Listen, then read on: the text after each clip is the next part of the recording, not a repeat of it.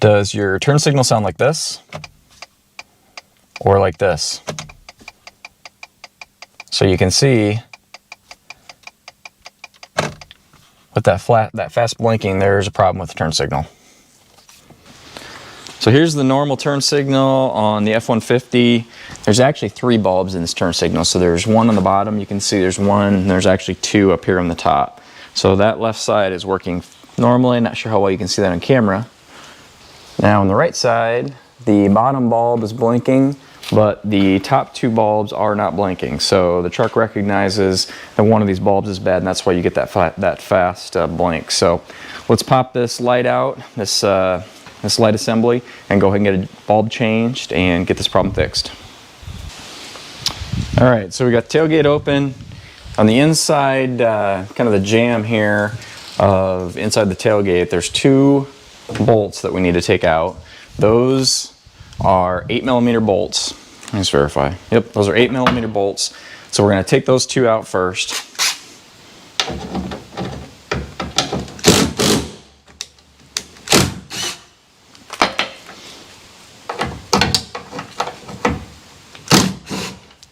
Doing this with my left hand doesn't work very well.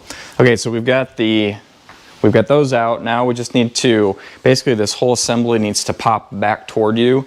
There's little, kind of a little rubber press fit thing in there that's holding it toward the front of the truck, so we need to overcome that. Probably the hardest thing about getting this out is going to be to pull it out, but let me, I'm going to grab a tool here. All right, so if you just grab it, it's loose, you know, this way, but it needs to come out. So what I'm going to do is just use one of these plastics, just trim tools, cheap, like $5 for a set of 3 or 4 of them.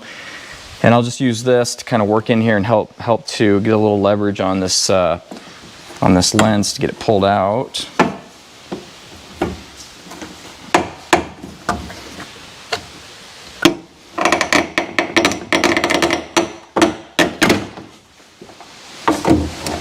Like that.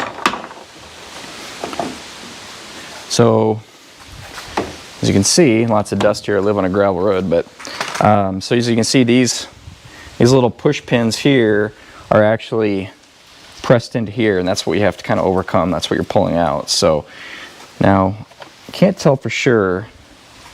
Both of these bulbs actually look okay, but one of these filaments must be burned out. I have a feeling that maybe it's the lower one. So you should be able to just grab and turn and pop that bulb out. That one actually looks okay, so I'm not sure.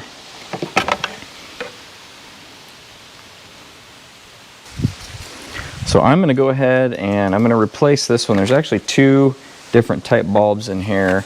The ones that I've got are the 3157, and I didn't realize there was 2 types of bulbs in here, so I'm going to change this one and see if this resolves the issue.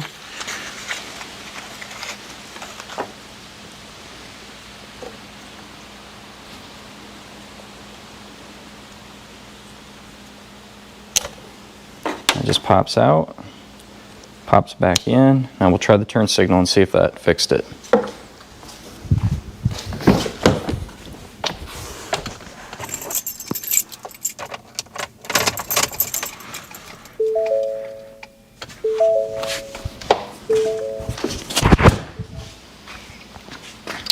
And there you go, that fixed it.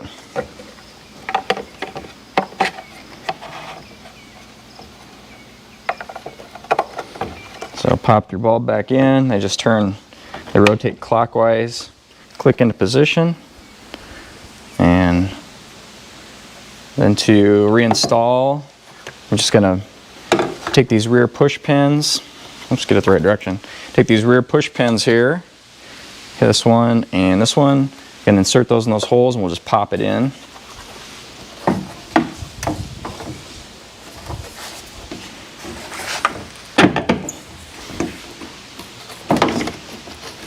Make sure when you do this, there's a kind of a guide pin here. Make sure you get that in that hole. That's got to go in, otherwise you'll be bound up. Tuck your wiring harness in. Find that hole, guide pin. There. popped it in. I'll just come back over here and reinsert our side bolts. Don't over tighten these, it's just going into plastic.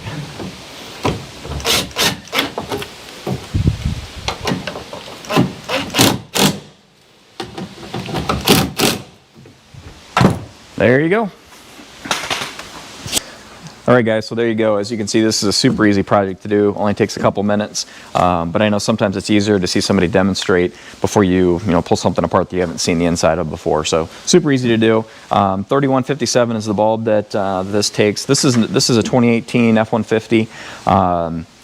You know, to go to the parts store and just ask them which bulb you need, and or pop it out and look at it, and you can see that first when you go for a replacement. This installation style with with the bolts and then popping out like that doesn't just apply to Ford trucks. There's a lot of vehicles that are put together that way, especially trucks. So this should apply to a lot of different vehicles. And these plastic trim tools that I use, I think I got these at Harbor Freight, like $5 or something for a set of 4 or 5 of them. They're super handy tools. You know, as you can see, you can basically you can pry on any plastic without having to worry about scratching it. They're really made for interior trim tools, but I use them for a lot of different things where I don't want to scratch paint. So anyway, hope you guys found that helpful. See you in the next video.